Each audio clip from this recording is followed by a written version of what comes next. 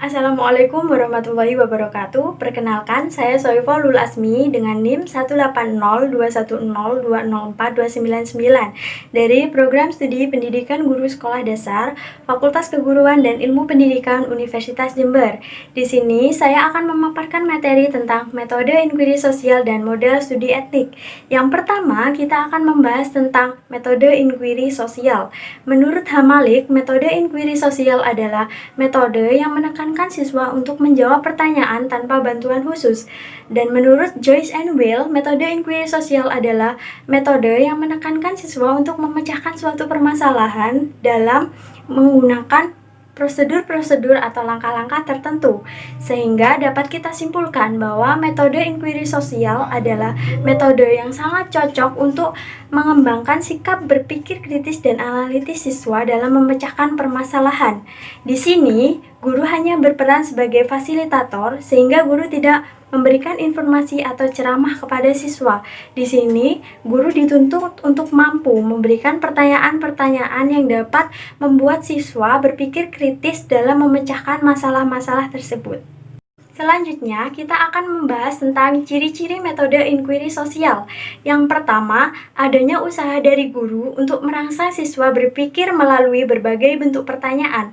Yang kedua, adanya proses pemecahan masalah baik secara individual, kelompok, maupun klasikal. Dan yang ketiga adalah metode yang dipergunakan dalam inquiry sosial bersifat terbuka dengan cara tanya jawab, diskusi, ataupun kegiatan lain di dalam maupun di luar kelas. Kemudian, ada langkah-langkah metode inquiry sosial, yaitu yang pertama, orientasi terhadap masalah.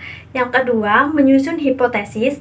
Yang ketiga, membuat perumusan dan pembahasan masalah. Yang keempat, melakukan eksplorasi. Yang kelima, mengumpulkan fakta-fakta dan data.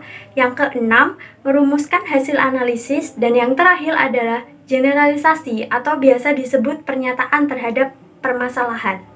Dalam metode inquiry sosial juga terdapat kelebihan dan kekurangan, yaitu kita bahas yang pertama adalah kelebihan metode inquiry sosial. Yang pertama, dapat mengembangkan aspek kognitif, afektif, dan psikomotor siswa secara seimbang. Yang kedua, dapat digunakan dalam mengatasi permasalahan pembelajaran siswa yang kurang aktif dalam kegiatan belajar di kelas. Yang ketiga, dapat memancing siswa untuk lebih mandiri, berpikir kritis, dan mampu memecahkan permasalahan. Yang keempat, siswa berpartisipasi secara aktif sehingga aktivitas siswa dan hasil belajar siswa di kelas akan meningkat. Dan kekurangan metode inquiry sosial adalah yang pertama, sulit mengontrol kegiatan dan keberhasilan. Yang kedua, sulit dalam merencanakan pembelajaran karena terbentur dengan kebiasaan siswa dalam belajar.